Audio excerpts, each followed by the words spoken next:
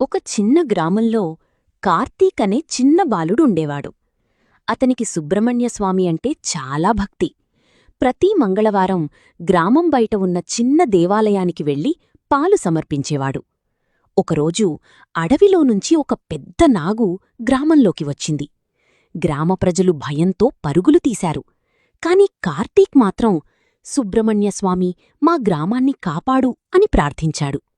అప్పుడే దేవాలయం గంటలు స్వయంగా మోగాయి. ఆకాశంలో ఒక దివ్య వెలుగు కనిపించింది. ఆ వెలుగులో సుబ్రహ్మణ్యస్వామి తన వెల్ ఆయుధంతో ప్రత్యక్షమయ్యాడు. స్వామివారి దివ్య శక్తిని చూసి ఆ నాగు ప్రశాంతంగా అడవిలోకి వెళ్ళిపోయింది. గ్రామప్రజలు ఆనందంతో సుబ్రహ్మణ్యస్వామికి జై అని నినాదించారు. స్వామివారు చిరునవ్వుతో భక్తి ఉన్న చోట భయముండదు అని ఆశీర్వదించారు. ఆ రోజునుంచి ప్రతి మంగళవారం గ్రామమంతా సుబ్రహ్మణ్యస్వామిని భక్తితో ప్రార్థించేది. ఎండింగ్ డైలాగ్: నిజమైన భక్తిని దేవుడు ఎప్పుడూ కాపాడతాడు.